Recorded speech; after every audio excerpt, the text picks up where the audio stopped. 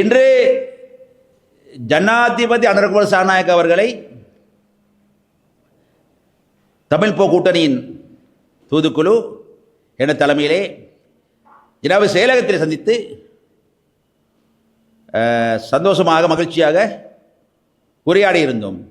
சந்தர்ப்பத்திலே பிரதானமாக எங்களுக்கு கோரிக்கை கொண்டிருந்தது, அதாவது வடகிழக்கு வெளியே தென்னிலங்கையில் வாழக்கூடிய தமிழ் மக்கள், இந்திய வம்சாவளி மலையக தமிழ் மக்கள், அதாவது மத்திய மாகாணம், சபரக மாகாணம், மேல் மாகாணம், தென் மாகாணம், ஊவ மாகாணம், வடமேல் மாகாணம் போன்ற எல்லா மாகாணங்களில் வாழக்கூடிய மக்களுக்கு உள்ள பிரச்சனைகள் தொடர்பாக நாங்கள் ஜனாதிபதியிடம் எழுத்து மூலமாக ஒரு மகஜரை நாங்கள் சமர்ப்பித்திருந்தோம்.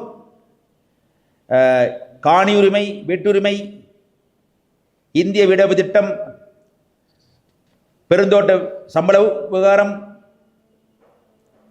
பொது நிர்வாகத்திலே தமிழ் மக்கள் உள்வாங்கப்படுவது எப்படி, போலீஸ் ஆட்சேர்ப்பில் தமிழர்கள் உள்வாங்கப்படுவது எப்படி, ஆசிரியர் நியமனம், கல்வித்துறையிலே அதே போல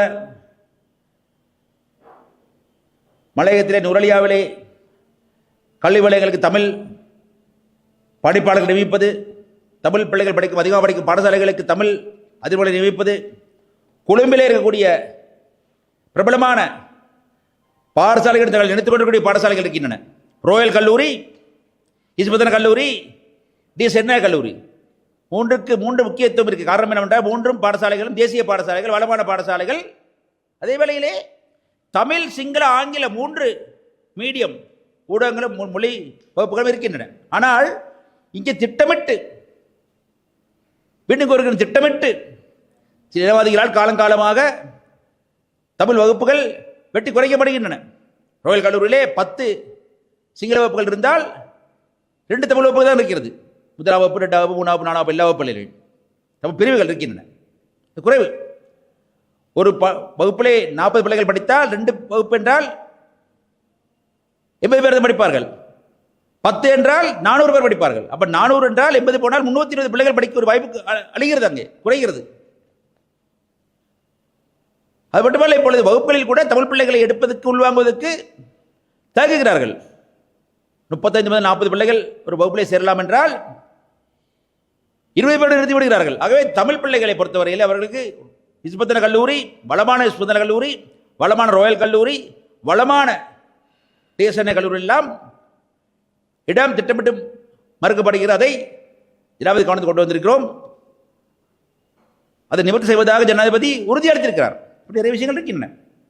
இந்த விஷயங்கள் எல்லாம் ஒரே நாள் பேசி முடிக்க முடியாத காரணத்தினாலே ஜனாதிபதியுடன் நான் ஒரு கோரிக்கை விடுத்திருந்தேன். ஜனாதிபதியிடம், உங்களது அலுவலகத்திலே, பாராளுமன்றத்திலே அல்ல, அமைச்சரவையில் அல்ல, உங்கள் அலுவலகத்திலே, ஜனாதிபதி செயலகத்திலே ஒரு உயர் அதிகாரியை எங்களது இணைப்பாளராக நியமியுங்கள். மலையக தமிழ் இந்திய வம்சாவளி மக்களின் பிரச்சனைகளை பேசுவதற்காக நியமியுங்கள். அதை ஏற்றுக்கொண்ட ஜனாதிபதி உடனடியாக தனது அலுவலகத்திற்குரிய மிக உயர் அதிகாரியான பிரபா சந்திரகீர்த்தி, ஜனாதிபதி செயலகத்தின் பிரதான அதிகாரி, சீஃப் ஆஃப் ஸ்டாஃப், அவரை நியமித்திருக்கிறார். மகிழ்ச்சி அடைகிறேன். ஆகவே அவருடன் நாங்கள் தொடர்ந்து பேச்சுவார்த்தை நடத்துவோம். துறைசார் நிபுணர்களை பற்றி பேசுவோம். நான் சொன்ன விஷயங்கள் எல்லாம் பேசுவோம், தனித்தனியாக பேசுவோம். பேசி உடன்பாடு கண்ட பிறகு உடன்பாட்டுகளை எல்லாம் ஜனாதிபதி கவனத்துக்கு கொண்டு வருவோம். எனது கவனத்துக்கும் வரும். வந்த பிறகு அந்த விஷயங்கள் தொடர்பாக துறை சார்ந்த அமைச்சர்களை அழைத்து ஜனாதிபதி படிப்பறை விடுப்பார். விஷயங்கள் செய்யப்படும். இதெல்லாம் பாராளுமன்றத்தில் பேசலாம், பேசி அரசு செய்யலாம். ஜனாதிபதி சொன்னார், அரசு செய்யலாம். ஆனால் காரியம் நடக்காது. காரியம் நடக்க வேண்டும் என்றால் அமைதியாக சில விஷயங்களை செய்ய வேண்டும். செய்து பார்ப்போம். மக்களுக்கு நன்மை நடந்தால் போதும் தானே, செய்வோம், பார்ப்போம். ஆகவே இது எதிரணியில் இருந்து கொண்டு காத்திரமாக, பயனுள்ளதாக, ஆரோக்கியமாக நாம் செயல்படுகிறோம். அதுதான். அதை கண்டு யாருமே அச்சப்பட தேவையில்லை, பயப்பட தேவையில்லை, பதற்றப்பட தேவையில்லை. அரசாக இருக்கக்கூடிய தமிழ் உறுப்பினர்களாக இருக்கலாம், வேறு தமிழ் கட்சிகளாக இருக்கலாம், அல்லது சிவில் சமூகமாக இருக்கலாம், இவர் பதற்றப்பட தேவையில்லை. எல்லோரும் எங்களை நாடினால் நாங்கள் உதவி செய்வோம். நாலாவது வரை ஒன்றும் செய்ய முடியாது. அவ்வளவுதான். நன்றி. மேலதிக செய்திகளுக்காக எமது யூடியூப் தளத்தை சப்ஸ்கிரைப் செய்யுங்கள்.